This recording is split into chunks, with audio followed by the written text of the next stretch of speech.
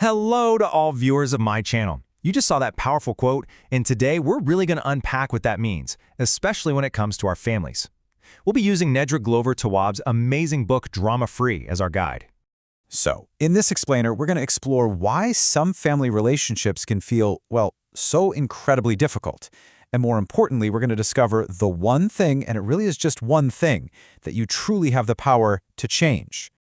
Okay, let's dive right in. You know that feeling when something just seems off in your family, but you can't quite find the words for it? Well, to help us unpack this, let's start with a story from the book that might sound a little familiar. So, let's meet Carmen. She grew up in a home where her father's drinking often led to these angry outbursts. And at the same time, her mother was just emotionally absent, often retreating into her room and leaving Carmen to navigate things alone.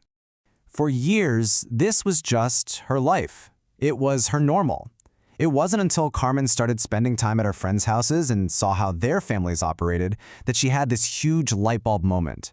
Wait a minute, what's happening in my house isn't normal at all. But here's where it gets really telling.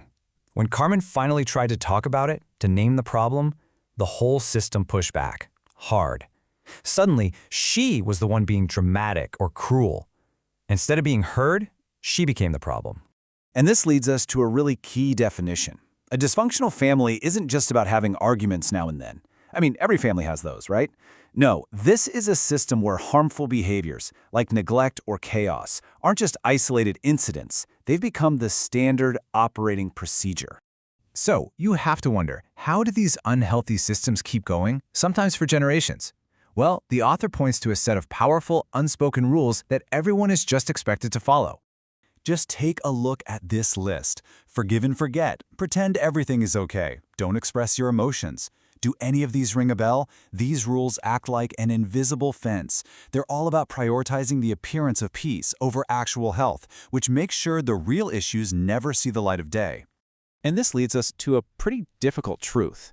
In these kinds of systems, our natural instinct to help can actually get twisted into something that's, well, harmful. This is where we run into the whole idea of codependency. Now, codependency is way more than just being kind. It's when you completely lose yourself trying to manage someone else's life. It's this deep belief that it's your duty to fix another person's self-made problems, often at the total expense of your own well-being. And this slide just illustrates the difference perfectly. Healthy support is all about empowerment. You're showing someone how to solve their own problem. Codependency, on the other hand, is about enabling. You just keep solving the problem for them, which means they never have to learn. The really tragic part here is that you can't actually protect people from themselves. It's just not possible. All that overhelping just leads to your own stress, your own burnout, and you end up losing a piece of yourself in the process. Now I know, hearing all of this can make you feel a little hopeless, but this is exactly where we get to the book's most powerful and freeing message. It's all about where real, lasting change actually begins. And here it is. This is the simple, hard, and absolutely vital truth. As much as we might wish we could, we do not have the superpower to change another person's behavior, their beliefs, or their choices. It just doesn't exist. So, the big question is, if changing other people is completely off the table, what are you left with? What power do you actually have in these situations? The answer, according to the book, is a two-part strategy that brings the focus 100% back to you.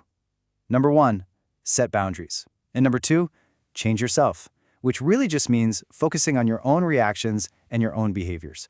And let's be really clear about something. Boundaries aren't punishments. They're not about being mean or building walls. They are simply the guidelines you create to protect your own mental and emotional safety. It's you calmly defining what is and what is not okay for you. And this brings us to what might be the ultimate takeaway from all of this. You don't need anyone else to change for your life to get better. The change you create within yourself by setting those boundaries and choosing your responses, that is powerful enough to completely transform your reality. So the book leaves us with this powerful question to think about. What is one small, manageable boundary you can set to start feeling safer and more in control of your own life?